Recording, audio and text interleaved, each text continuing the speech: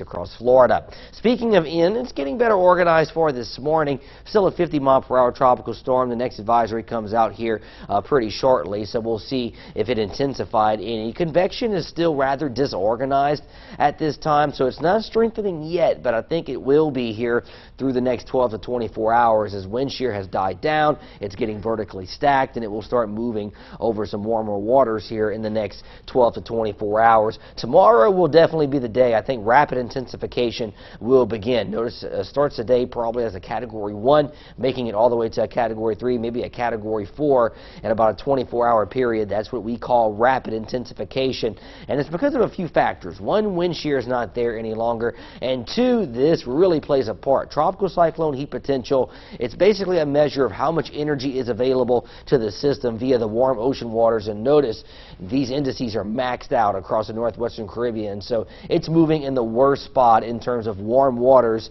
and how much of those warm waters are available. So that's why this rapid intensification is forecast by the National Hurricane Center. Here's a European model. It moves into Cuba and then it rides up the west coast of Florida. This would really cause wide-ranging impacts all the way down the Florida peninsula. GFS model is a little further off to the west. This would spare most of the peninsula, but it would put the Florida panhandle more under the gun. So we have some subtle differences, and unfortunately